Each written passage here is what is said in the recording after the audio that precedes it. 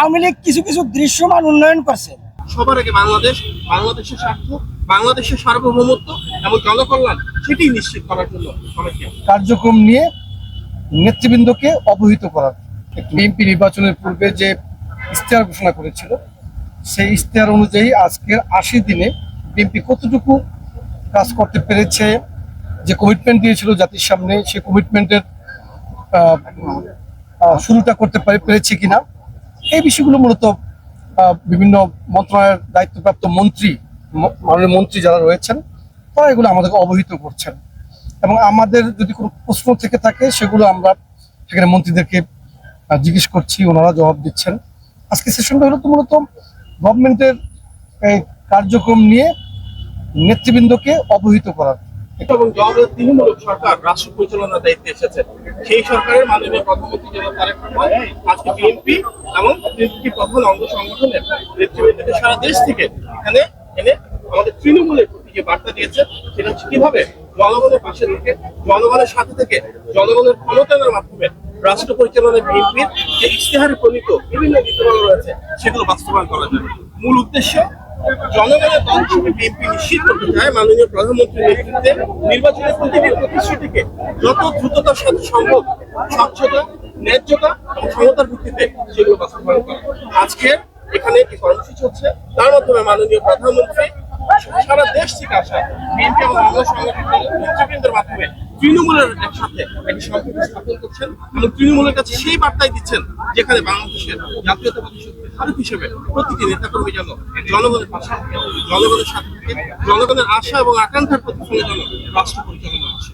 আজকে বিএনপি রাষ্ট্র পরিচালনা থাকা রাজনৈতিক দল, সুতরাং সেই দায়িত্বশীলতাকে ধারণ করে বিএনপি যে আদর্শ সবার আগে বাংলাদেশের স্বার্থ, বাংলাদেশের সার্বভৌমত্ব এবং জনকল্যাণ সেটি নিশ্চিত করার জন্য সবাইকে আমাদের যে এই পর্যন্ত ধরেন ২.৫ মাস প্রায় হলো আমাদের যে কাজকর্ম চলছে, এটা মানুষ কিভাবে নিচ্ছে, মানুষের সাথে আমাদের সম্পৃক্ততা কতটুকু আগের মধ্যে আছে কিনা, এটা কিভাবে বাড়ানো যেতে পারে, এই সমস্ত বিষয়ে অন্য কিছু নয়।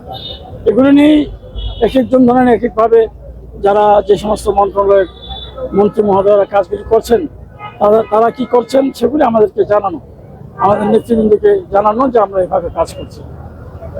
আওয়ামী লীগ কিছু কিছু দৃশ্যমান উন্নয়ন করছে।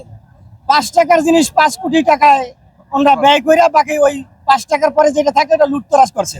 কিন্তু আমাদের সরকার, বর্তমান সরকার লুটতরাজের রাজনীতি পরিহার করে জনগণের জন্য যেটা বাজেট, সেই বাজেট এবং ন্যায়ের ভিত্তিতে সেই বাজেট বাস্তবায়ন করাই ওনার কাজ এবং লক্ষ্য বলে আমরা মনে করি। বিএনপি এখন বাংলাদেশের সবচেয়ে জনপ্রিয় দল এবং বৃহত্তর রাজনৈতিক দল। এই মুহূর্তে বিএনপির লাখো লাখো নেতাকর্মীরা আছেন, প্রত্যেকেই পদ পদবি চাচ্ছে।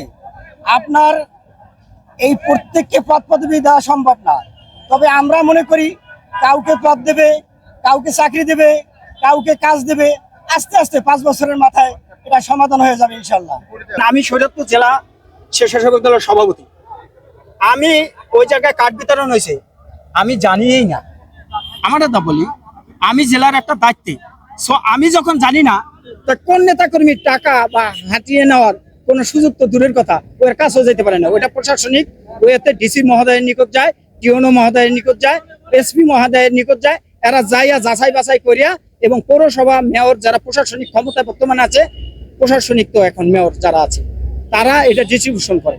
এতে যেই গরিব যে জাল ধরে মাছ আহরণ করে তাদের গবাদি পশু দিচ্ছে, তারাই যাচাই বাছাই করে। এটা আমাদের কোনো নেতাকর্মীর কাছে কোনো হাতে কোনো বিন্দু পরিমাণ কোনো পাওয়ার বা আমরা জানিও না। ভাই, আমি একজন শ্রমিক, একজন রিক্সা চালক, আমি একজন কর্মী।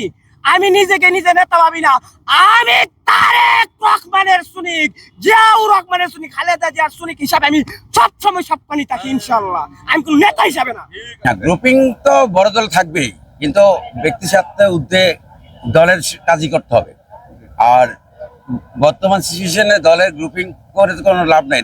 দেশে একটা ক্রাইসিস, লং টাইম একটা ক্রাইসিস শেষ করে একটা স্থিতিশীল জায়গায় চলতে যাচ্ছে। সেই লক্ষ্যে আমাদের গ্রুপিং ঊর্ধ্বে রেখে রাষ্ট্র মেরামত কাজেই আমাদেরকে ফোর্স করা।